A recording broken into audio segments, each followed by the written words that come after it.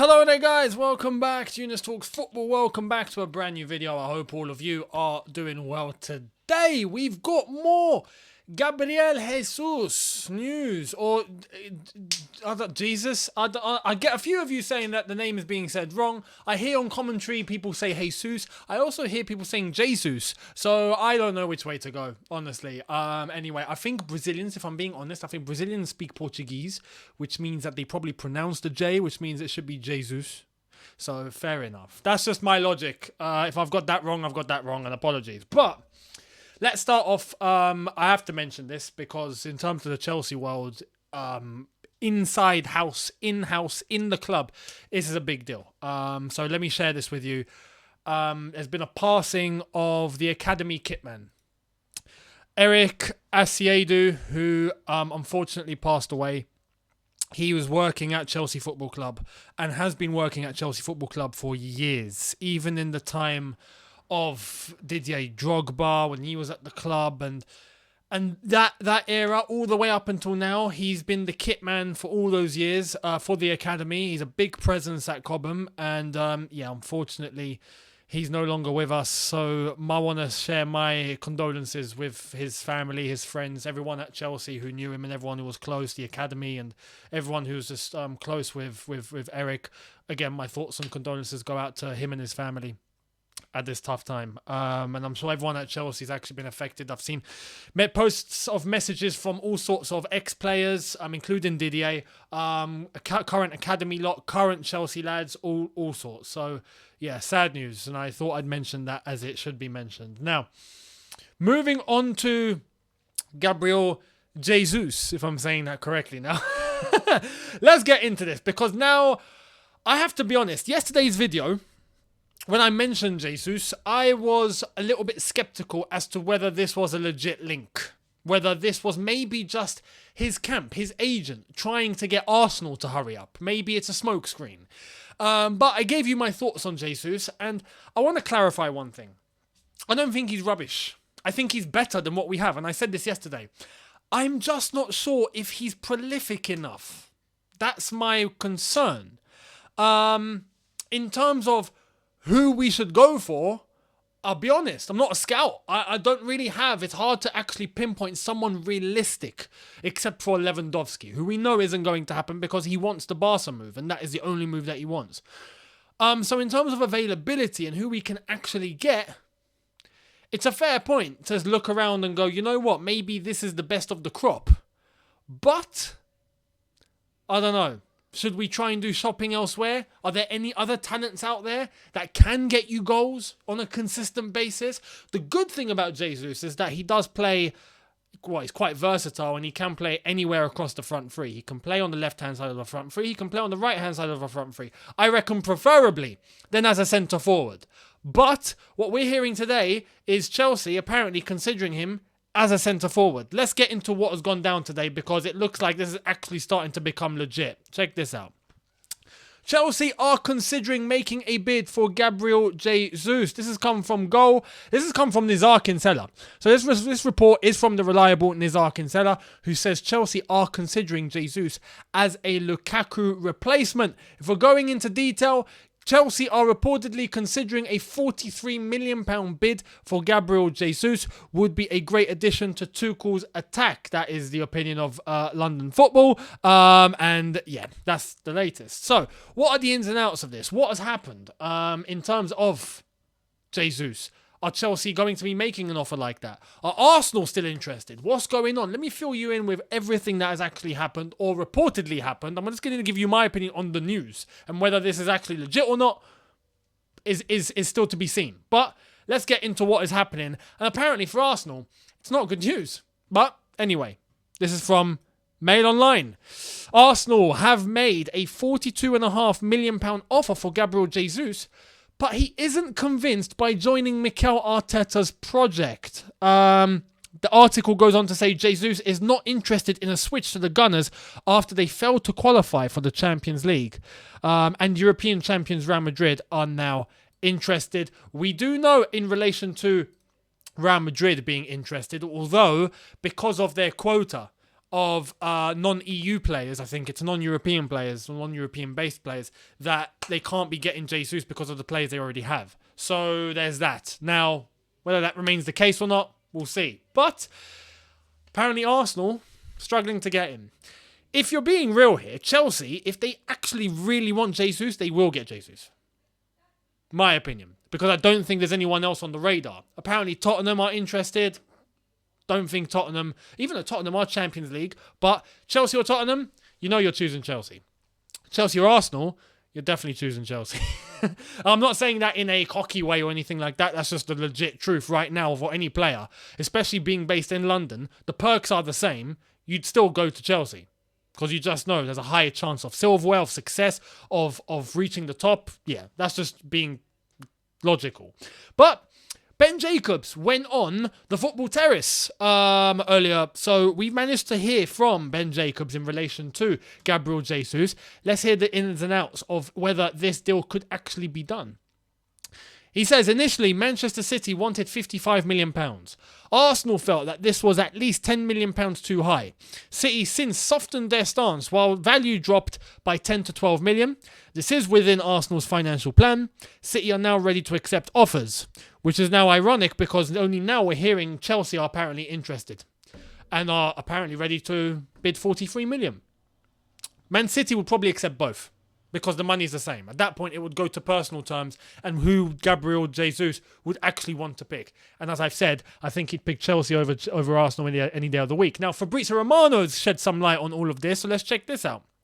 He says Gabriel Jesus he still wants to leave Man City, and the expectation is for Gabriel to join a Premier League club this summer.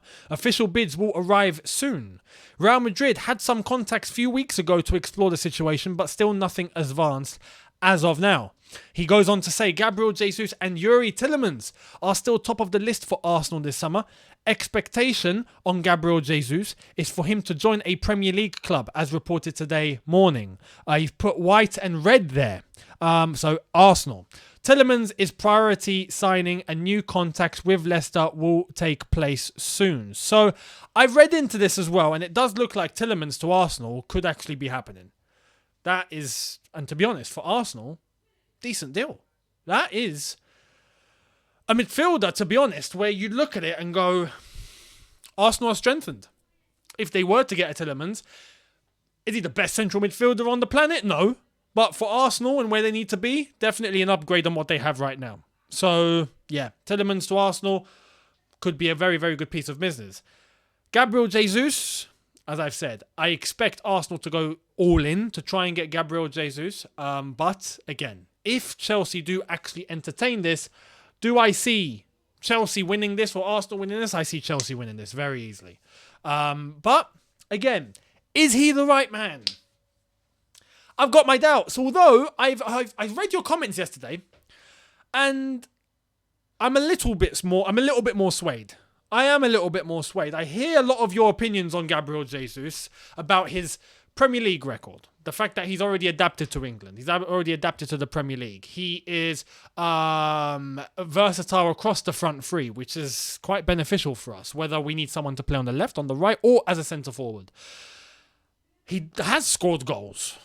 Not as much as I would want, but he has scored goals. 236 appearances, 95 goals, 48 assists, I think is the official stat for Manchester City. It's not as high as I would want. As I said yesterday, I would love to have a striker who is currently in the bracket of a goal to get to a game to a goal every 2 games. If you're in between that, fair enough. You know, a goal every game is basically Cristiano Ronaldo. A goal every 2 games is the minimum that you'd expect. You're anywhere in between there, you're in a very good place. Now, a point that some of you have made is that Gabriel Jesus in those appearances haven't been all from 90 minutes. A lot of them have been from the bench where he's had to come on and not had much time. It's a point. The other point is that he's 25 years old and there is room for growth. Under Thomas Tuchel and the way that we play, would he be successful in terms of constant playing time and adapting to the way that Thomas Tuchel wants us to play? That's a question mark. That is something I don't think anyone can answer for certain until he joins and starts playing. Right now, though, you definitely can't write him off Don't write Gabriel Jesus off. Absolutely not. You can even say the same for Raheem Sterling. But, I don't know. Gabriel Jesus, I've just got a weird gut feeling that, I don't know, is he prolific enough? I'm not so sure. But I have to be honest, which other options do we have out there? It's an interesting one. If we were to get a Dembele in, Lukaku disappears, do we actually need to go and get another centre forward because Jesus can play on either side? Or do we actually act with Jesus as the centre forward in that front three for the whole season? Does he start as our number 9, basically? We can wait and see. And to be honest, look, if it were to happen, I wouldn't be against it. I wouldn't be like, no, this is wrong. I'd be giving it a chance, absolutely. But I will have my reservations. However, I'd hope he succeeds. If he were to come to Chelsea, I would hope that he would be the guy to break the number 9 curse. Because our striker curse is real. At this point, it's real. I'm sorry, it's real. And talking about our striker curse, let's actually go into some of the detail in relation to Lukaku's possibility of leaving Chelsea and what is currently going on. Check this out. This is from, Ben Jacobs. Inter Milan are open to offering Milan Skriniar if Chelsea want a swap deal for Romelu Lukaku. Lautaro Martinez is happy at Inter, with the Serie A club preferring not to sell, while Alessandro Bastoni is another potential option. If we go into the thread by Ben Jacobs, he says Lukaku's return to Inter still requires significant negotiation. Thomas Tuchel is happy for him to return, but Clearlake Bowley won't let him leave unless the deal makes financial sense. Chelsea and Inter will now hold direct talks this week. Inter can't afford to buy Lukaku outright, but the Belgian is prepared to take a significant wage cut to help any deal happen. Told he has no interest in moving to Bayern Munich, Inter is the only club on his mind. Inter are open to offering Milan Skriniar if, and it is an if, Chelsea pursue a swap deal. They'd prefer not to lose Lautaro Martinez though. Be ironic if Martinez left, given Lukaku has cited him as a big part of why he wants to return. Martinez's agent says he's happy at Inter. And the other player being lined as a possible trade option is Alessandro Bastoni. Spurs and Manchester United are both interested. Bastoni has denied any offers have been tabled yet. He has 2 years left at Inter, who want at least £50 million. Now, one good thing coming from this is that it seems like there could be a possibility of including an Inter Milan player in this, which would be perfect. For us, perfect. Because we do need defenders. And I know Chelsea have been linked with De Ligt as of yesterday and today, but now we're getting linked with Bastoni, Skriniar. Some people would prefer Skriniar as the more established central defender, but a lot more people, I think, would prefer Bastoni based on his recent performances, based on the fact that he actually looks reliable, he looks solid. That performance against Liverpool was a good example of that. And Spurs and Antonio Conte want him. Really want him. And if we were to stop that from happening, we've stopped Tottenham from strengthening. And we've stopped Antonio Conte getting one of his men because he wants Bastoni, and that's clear. If we were to interrupt that and he comes to Chelsea instead, we need defenders. Beautiful. Beautiful. So right now, who would you prefer? Skriniar or Bastoni? But let's wait and see what happens with all of this. And let me know your thoughts on the whole Gabriel Jesus situation. Do you still see him going to Arsenal? Also, talking about Arsenal, as I've already mentioned, Tielemans, give me your thoughts on that. Do you think that they would be strengthened if they were to get a Tielemans in midfield? And also the fact at Lukaku going, would you prefer if we were to have a swap deal, or would you just like a loan and cash and that's it? Let me know all of your thoughts down below. And with Jesus, go into detail and do elaborate in the comments as to whether you think he would succeed, why you think he'd succeed, or if you think he'd fail, why you think he'd fail. Or are you just willing to give it the chance? So let me know. I'd love to hear all of your opinions. Much appreciated. Leave them below. Hit the subscribe button if you are new. Hit the notification bell to be notified once I've uploaded. Smash like button if you have enjoyed this. And I will see all of you tomorrow for a brand new video. Have a good one, people. See you then. Take care. And peace.